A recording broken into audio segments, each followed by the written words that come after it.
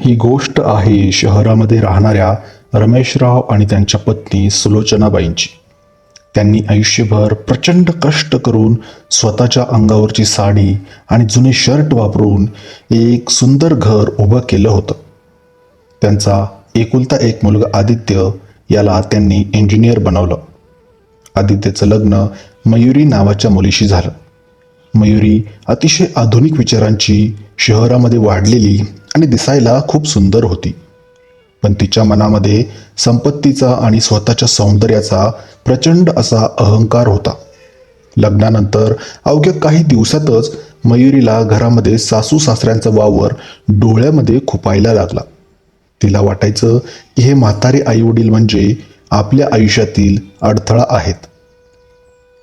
तिने आता रोज वाद घालायला सुरुवात केली. आदित्य हा बिचारा बायकोच्या पुढे काहीही बोलू शकत नव्हता. तो पूर्णपणे मयुरीच्या आहारी गेला होता. एके दिवशी मयुरीचा पारा इतका चढला की तिने हद्दच पार केली.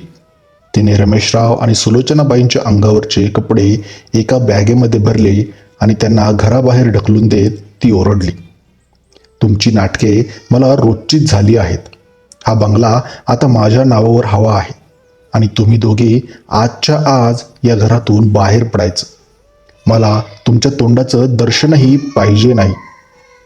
आदित्यने मान खाली घातली. त्याने आपल्या आई वडिलांना थांबवण्याचा प्रयत्न देखील केला नाही. रमेशराव यांच्या डोळ्यातून अश्रू आले. त्यांनी सुलोचनाबाईंचा हात धरला आणि ते मूकपणे त्या घरातून बाहेर पडले. मयुरीने आनंदाने दरवाजा ताडकन लावून घेतला. तिला वाटलं की आज आपण जगातील सगळ्यात मोठी पैंज जिंकलो आहोत. म्हातारे सासू सासरे रस्त्यावरती आले. त्यांच्याकडे खायला अन्न नव्हतं की डोक्यावरती कुठलंही छत नव्हतं.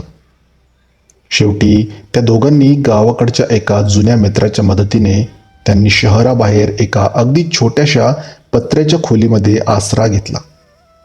रमेशरावांचं काळीज तुटत होतं की ज्या मुलाला आपण जीवापाड जपलं त्याने आज बायकोच्या सांगण्यावरून आपल्याला रस्त्यावरती आणलं.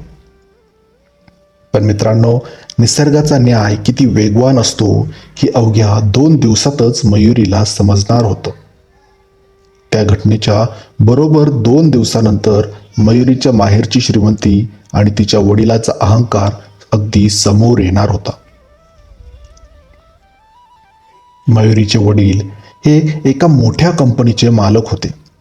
ते अचानक एका रात्री मयुरीला भेटण्यासाठी तिच्या नवीन बंगल्यावरती आले. त्यांच्या चेहऱ्यावरती प्रचंड असा तणाव आणि भीती ही स्पष्टपणे दिसत होती.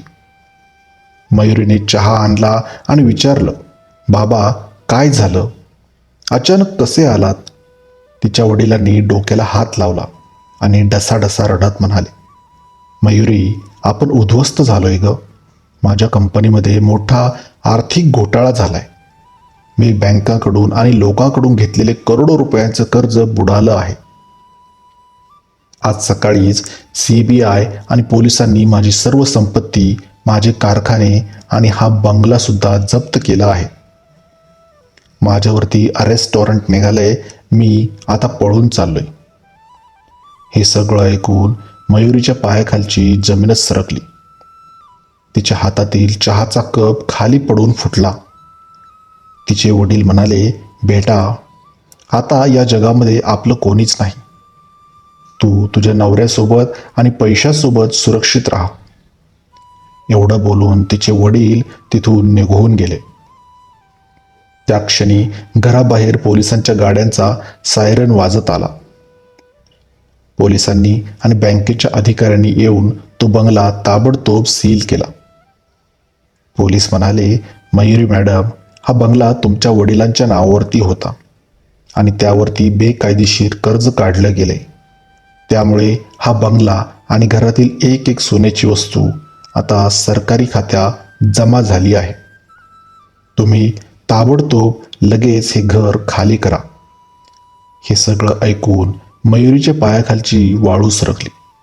जी मयुरी 2 दिवसापूर्वी अंगावर सोन्याचे दागिने मिरवून सासू सासऱ्यांना रस्त्यावर जा म्हणून बाहेर काढत होती, आज बरोबर त्याच 2 दिवसामध्ये ती स्वतः अंगावरच्या एका साडीवर रस्त्यावर आली होती. तिचे सगळे श्रीमंत मित्र ज्यांच्यासोबत ती पार्ट्या करायची त्यांनी तिचे फोन उचलणं देखील बंद केलं होतं. आदित्य देखील हतबल होऊन एका कोपऱ्यामध्ये उभा राहिला. आता त्याच्याकडे ना राहायला घर होतं ना खिशामध्ये एकही पैसा होता. मयुरी रडत रडत आदित्यला म्हणाली, आदित्य, आता आपण कुठे जायचं? आपल्याला आता कोण आसरा देईल? आदित्यला अचानक आपल्या आई वडिलांची आठवण आली. त्याने कसं तरी शोधत शोधत त्या पत्र्याच्या खोलीचा पत्ता गाठला जिथे रमेशराव आणि सुलोचनाबाई हे दोघे राहत होते. आदित्य आणि मयुरी जेव्हा त्या पत्र्याच्या खोलीबाहेर पोहोचले तेव्हा मयुरीने पाहिलं की सुलोचनाबाई आणि रमेशराव अत्यंत आनंदाने 2 घास भाकरी खात आहेत. त्यांच्या चेहऱ्यावरती कसलाही राग नव्हता, तर एक शांत असं समाधान होतं.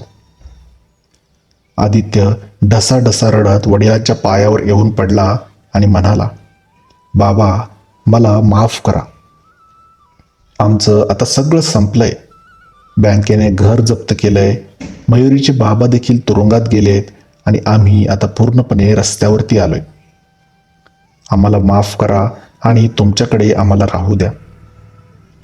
मयुरीने देखील खाली वाकून सुलोचनाबाईंचे पाय धरले आणि ती रडत म्हणाली, आई, माझी बुद्धी भ्रष्ट झाली होती. मला माफ करा. रमेशरावांनी आपल्या मुलाकडे आणि सुनेकडे पाहिलं. त्यांच्या डोळ्यामध्ये कोणताही द्वेष नव्हता. रमेशरावांनी लगेच आदित्यला उठवलं आणि प्रेमाने छातीशी धरलं. सुलोचनाबाईंनी देखील मयुरीच्या डोक्यावरती हात ठेवला आणि म्हणाल्या, बाळा, संपत्ती आणि अहंकार हे माणसाला आंधळं बनवतात. आज देव डोळे उघडले ना, हरकत नाही. घर जरी गेलं असलं तरी आई वडिलांची दारं कधी मुलांसाठी बंद होत नाहीत. त्या छोट्याशा पत्र्याच्या खोलीत सर्वजण एकत्र आले. मयुरीला आणि आदित्यला त्यांच्या चुकीची संपूर्ण जाणीव झाली होती. त्यांनी ठरवलं की आता अभिमान बाजूला ठेवून कष्टाने आता पुन्हा उभा राहायचं. जर तुम्हाला ही गोष्ट आवडली असेल तर व्हिडिओला नक्की लाईक करा.